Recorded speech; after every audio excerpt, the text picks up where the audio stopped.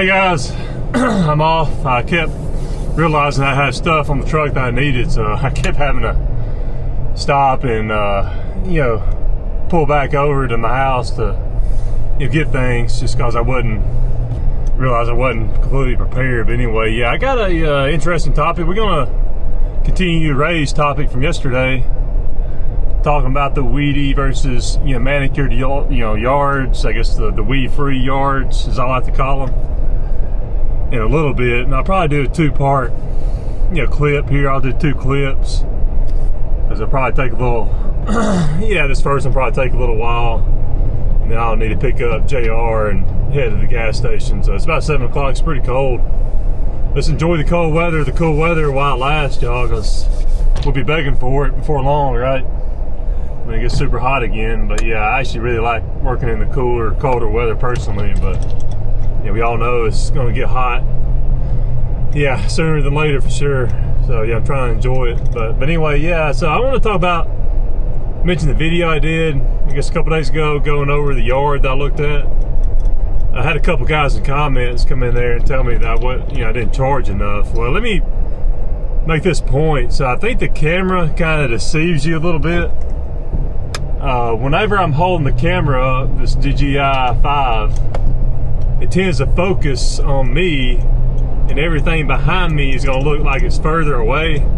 So I think that kind of, you guys that mentioned that, I think y'all let that video, the clip, kind of play a little trick with you in terms of thinking the yard was way bigger than it was. So yeah, I mean, the camera is focused on me, and everything behind me looks further away. So I think it came across as looking a lot bigger than it was, especially the backyard. The front yard was just two little slices of area there on either side of the driveway, either side of the house, not big at all. And then the backyard was decent, but it wasn't big. I mean, I think some of y'all thought it was a lot bigger than it was based on the way the camera focuses on me, like I said. So make this point. So I think I mentioned that I'm gonna give a customer a good deal if they let me do both.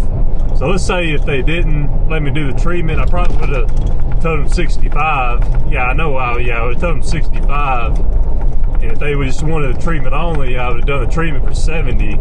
The fact they're letting me doing both, I tend to give people a better deal. So yeah, I knocked off 5 each for each service. That makes sense. So yeah, I can literally pull up and do both things, whether it's spraying or fertilizing.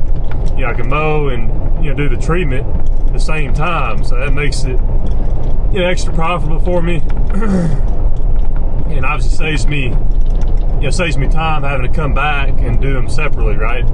So that's why I prefer to get those customers that want me to do both.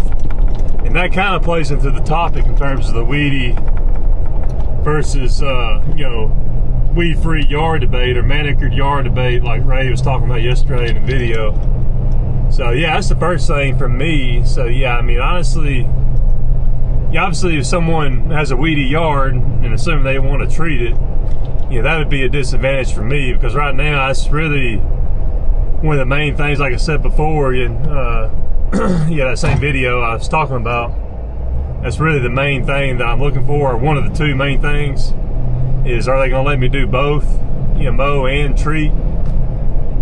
So yeah, that's one thing. I mean, you got to consider if you do treatments, is if it's a weedy yard, obviously they're not going to let you treat it, or I'm assuming they're not. Maybe you can convince them that it'd be good for it and it'd help the yard. And frankly, a lot of these yards that are treated, guys, and this is something I guess is kind of good and bad in a way if you mow it too, but I'll tell people this, if they have a real weedy yard, if they decide to start treating it, you can tell your customer that they're not going to have it mowed as much, right?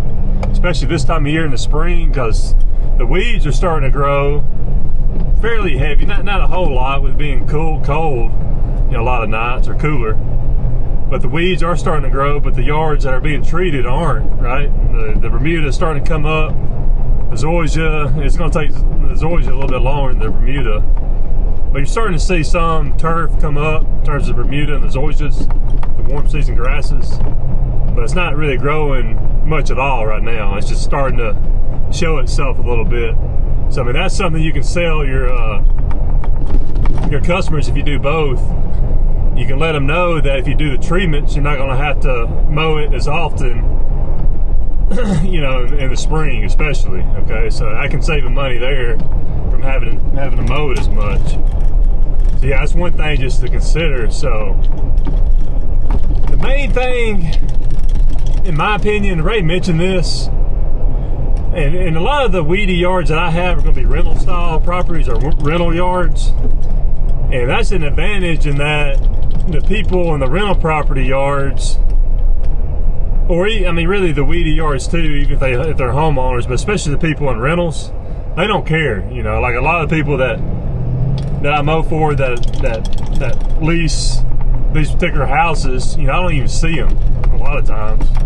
I don't even know who they are, right? I mean, they don't care. Now, that can be kind of a disadvantage too, because you know they'll trash the yard up and leave stuff out in the yard, and next thing you know, you're hitting something or you're messing the mower up or whatever, because they'll, you know what I'm talking about. I mean, a lot of times these renters just don't care at all. So I mean, they'll leave trash out in the yard, and you just never know what you could hit, right? So that's kind of a disadvantage. But typically they're they're not gonna complain if you don't weed eat a spot, or if you get to weed eat a spot, or they're just not gonna care as much. So you're not gonna have to worry about any kind of complaints from them. Now, the manicured yard people, generally, obviously, they're gonna be more picky, generally. But here's what I do. Here's what I've done, over the years of business. I don't even deal with those people. Now, I can deal with, just a little bit here and there, but if somebody's overly picky, I don't even deal with them. I just tell them to find someone else. I just can't deal with that, especially if they're real cheap, especially if they're not willing to spend the money. If someone's overly picky, and typically, obviously, the people with the nicer yards can be that way, I just let them go. So, yeah, that's one thing you can do if you have a lot of manicured yards. Just don't deal with those real picky people, right? Just tell them to find someone else, right? So that's one argument you can make in terms of the weedy versus the manicured yards. If you're saying, well, the manicured people are a lot more picky, well, just don't deal with them, okay? Because there's plenty of manicured yard people, weed-free yard people that are good customers that don't complain at all, and that's what I've done. I've pretty much all of my nicer yards that I have, people that may be wealthier and whatnot, they're not picky. So I mean, they may complain about one little thing here and there, but it's not very often. So yeah, do that. Just don't. Yeah, just build a customer base in general that have customers that don't complain. Because that's one thing that I really don't like dealing with at all. People that just want to nitpick. That's really the main thing. I understand if it's a big deal, like if you forgot to blow the back porch off, and it's just a mess, and they call you and hey, look, you forgot, you might come. Yeah, that's cool. A lot of people that have a little battery blower and they'll take care of themselves. But yeah, I prefer definitely to have any kind of customer, whether it's a weedy yard or weed-free yard, that they're not picky and they're not going to give me problems. They're not going to complain about the smallest thing, right? So yeah, that's what I'm going to say about that. Just let them go if they're overly picky, because there are plenty of nice yard customers that aren't going to be that way. But anyway, hey, listen, guys, I'm about to stop, pick JR up. I've got a couple more points I'm going to make, and we'll talk about it end of the day. Hope you're doing well. Hi, guys. So yeah, we're done for today. It's about 3:30 now. Let's drop JR off. So I'm headed to the house now. But yeah, I'm finding it pretty difficult to have full days. We've been working basically to 3 to 4, sometimes a little later here the last few weeks. So I'm trying my best to squander up some work to keep 3 good guys, even though we're just in one truck. We're so efficient, and the work is pretty scattered anyway. Like I said, I'm trying to contact customers about doing various things. We just got done before the last couple yards where we were just blowing off, cleaning up some properties. Did a straw job, and I blew off a roof and cleaned out some gutters. So yeah, I continue to do a lot of that. Not as much as I was before, but still we have some roofs and gutters that people want cleaned out, so that's good. I even had one job where I had Justin, well, I tied the rope around my waist. It had a lip around the roof itself, but on the back end it was pretty far drop. So probably about a 30-foot drop, maybe a little higher than that on the back end of the house. So even though there was a lip on the edge that I could walk, it's still kind of scary, when you look down and notice how far a drop it would have been if I were to fall, right? So I ended up, like I said, I had a rope around my waist, and I had them kind of pulling back with some tension just to, make it a little more safe, so to speak. That way, obviously decrease the chances of me slipping. At least I'd have something that I could pull back on, so to speak.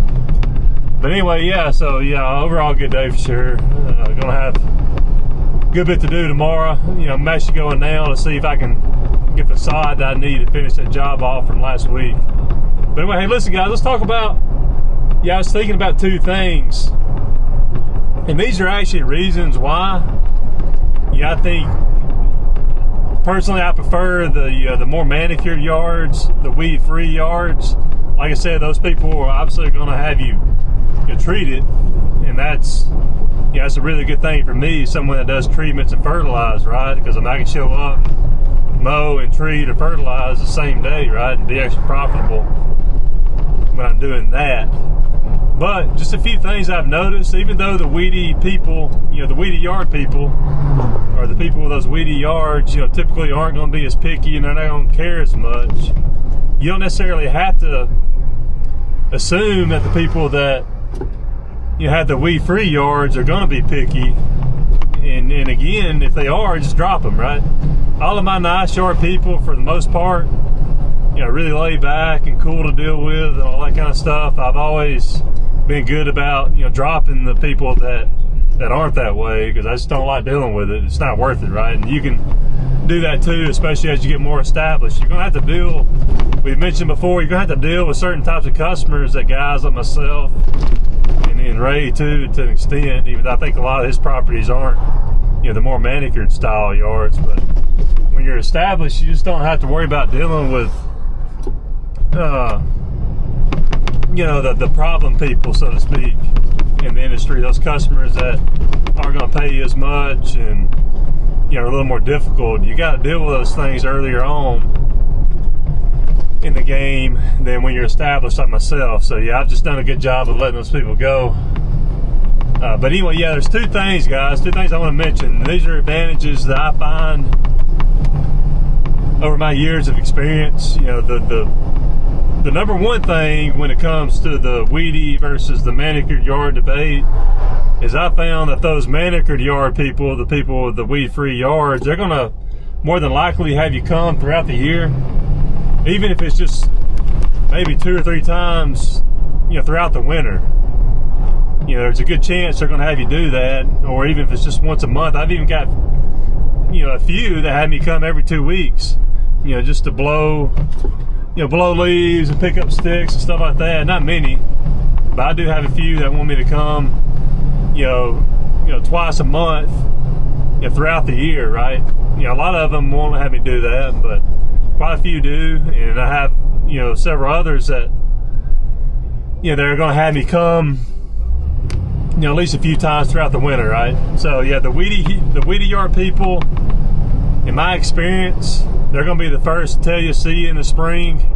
So they'll have you mow maybe through October, maybe one time in October.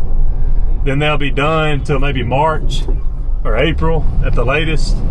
So that's a disadvantage, right? You're not going to be making as much money mowing those yards for those people that don't have you come throughout the year. And typically I've noticed that those weedy yard folks, they don't care as much, but they also don't want you coming, in the winter, right? When the grass isn't growing. So that's something you definitely got to consider. Number two, kind of along those same lines, guys, is those people that have the nicer yards, they're typically going to want you to do other things, right? They're going to want you to perform other services, mulch, straw, cleaning the gutters, pressure washing. I love pressure washing. We did 2 pressure washing jobs yesterday. They were 2 small jobs, made an extra $275 doing 2 little pressure washing jobs. So yeah, those people with the nicer properties, the nicer yards, they are going to care more. They're going to be more picky, yeah, probably so, than the weedy yard people.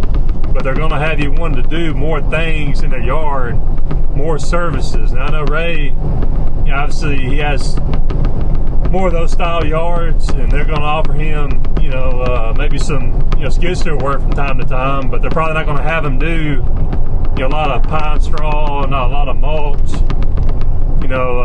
Pressure washing. They're probably not going to worry. They're probably not going to want him to do those kinds of things. Whereas in my situation, my experience, those customers are going to have you want to do those extra services because they do tend to care more, right? I think it's just kind of common sense. It's just, over my experience, that's just kind of what I've noticed. I'm sure a lot of you guys will agree. Again, they both have advantages,